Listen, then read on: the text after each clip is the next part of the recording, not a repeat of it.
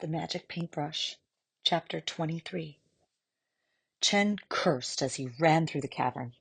He'd been bested by a child and an old woman, and that stupid tiger bird of theirs. The only real threat had been the flaming dog, and even so his Taotai should have torn them all to pieces.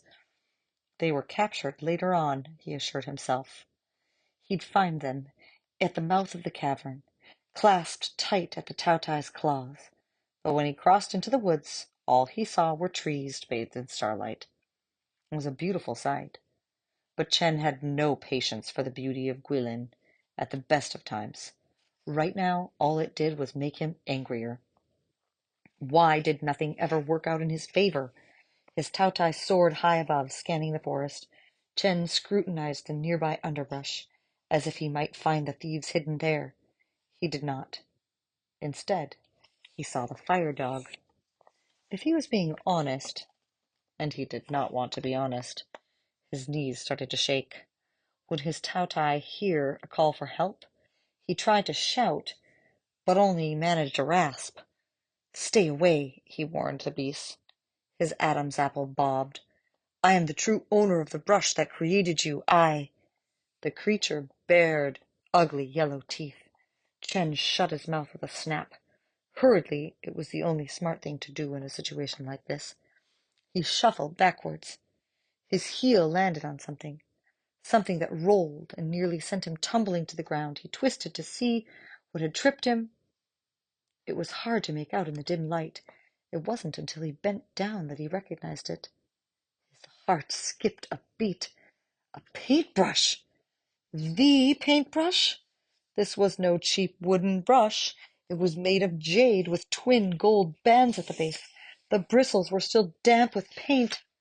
The girl must have dropped it during her escape. Of course she had. Who would trust a child with something so precious? Chen had never been an athlete, but he barely noticed the run back to the house.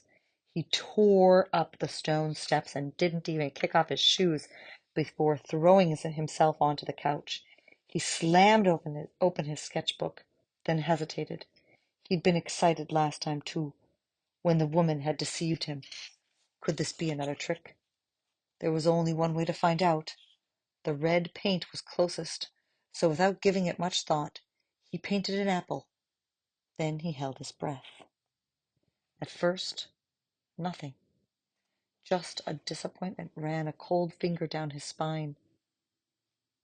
The painting glowed. Heat radiated from the surface. An apple rolled onto the table. Chen whooped and bit into it. Just as quickly, he spat it out again, and then he spat one more time, just for good measure. The apple was made of cardboard. "Just a little setback," he muttered, wiping his mouth. Maybe it wasn't perfect, but he, Chen Wang, had made something out of nothing.